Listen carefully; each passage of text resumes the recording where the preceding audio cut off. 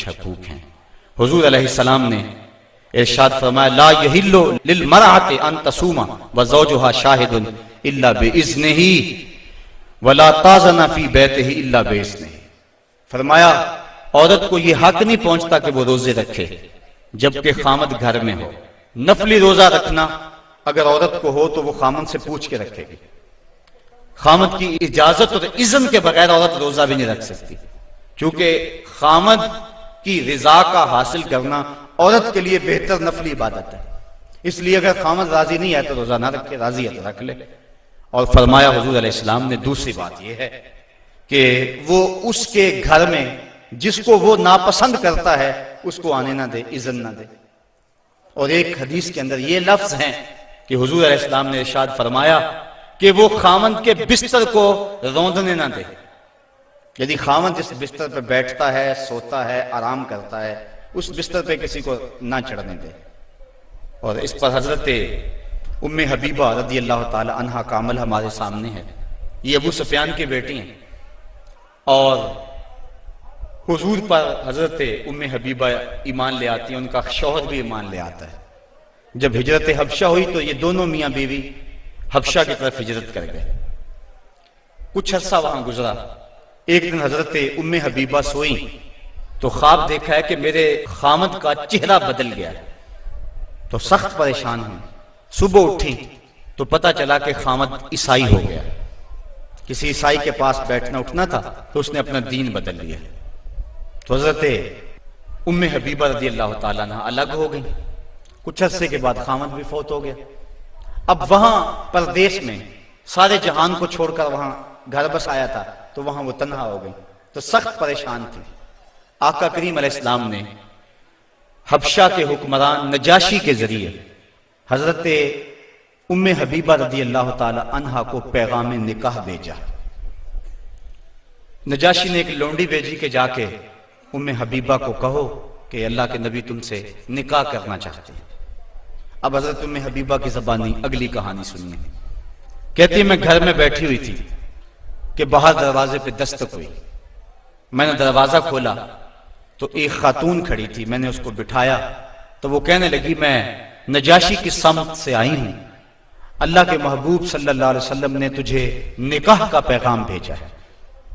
کہتی ہیں ایک لمحے کے لیے تو میں حیران ہوئی اور پھر میری خوشی کی انتہا نہ رہی، اور گھر کے اندر جو کچھ موجود تھا اس وقت میرے پاس، میں نے سب کچھ بطور انعام اس لونڈی کو دے دیا۔ میں نے کہا میرے مقدر کے حضور کے نکاح میں آؤں۔ پھر اللہ کے محبوب علیہ السلام نے ان سے نکاح کر لیا۔ وہ مدینہ تشریف لے آئیں۔ ابو سفیان ان کو ملنے کے لیے مدینہ پہنچے۔ حضور علیہ السلام کی چارپائی بچھی ہوئی تھی، تو یہ جا کے بیٹھنے لگے تو انہوں نے بستر لپیٹ لیا۔ تو ابو سفیان کہنے لگا رملہ تمہیں کیا ہو گیا؟ یہ بستر میرے قابل نہیں سمجھتی ہو یا مجھے بستر کے قابل نہیں سمجھتی ہو؟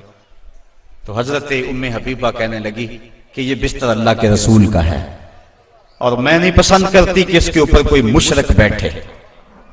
تو کہنے لگا ابو سفیان کہ تم بڑا بدل گئی ہو۔ پھر اللہ تعالیٰ نے ان کو بھی اسلام کی بہاریں عطا فرما دی۔ تو یہ حق ہے خامند کا بیوی کے اوپر کہ خامند کے بستر کے اوپر کسی کو نہ بیٹھنے دے۔ اللہ کے محبوب علیہ السلام نے فرمایا ایما امرأۃ ماتت وزوجها عنها راض دخلت الجنہ، وہ عورت جو اس حال میں مری کہ اس کا خامند اس پہ راضی تھا، فرمایا وہ عورت سیدھی جنت میں جائے گی۔ اور ایک روایت میں ایسا ہے کہ 4 شخص ایسے ہیں کہ جن کو جنت میں جانے میں کوئی رکاوٹ نہیں ہوگی۔ ان میں سے ایک وہ شخص جس نے اپنے والدین کی خدمت کی اور والدین اس پہ راضی ہوئے۔ دوسرا وہ شخص جس کے بال بچے زیادہ تھے، ذرائع آمدنی تھوڑے تھے، لیکن اس نے بچوں کے پیٹ میں حرام کا ایک لقمہ بھی نہیں جانے دیا۔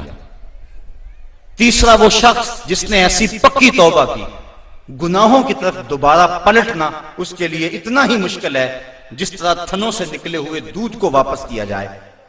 اور چوتھی وہ خاتون کہ جس نے اپنی ساری محبتیں اپنے خامند پہ نچھاور کر دی، اور اس حال میں فوت ہوئی کہ اس کا خامد اس پہ راضی تھا، فرمایا ان چاروں کو جنت میں جانے سے کوئی بھی نہیں روک سکتا۔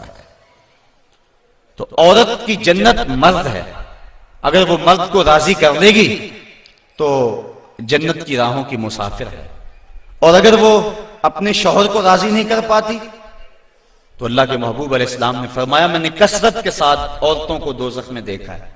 عرض کی حضور کس وجہ سے؟ فرمایا ایک تو کثرت سے لعنت کرنے والی ہوتی ہیں، اور دوسرا خامد کی ناشکری کرنے والی ہوتی ہیں۔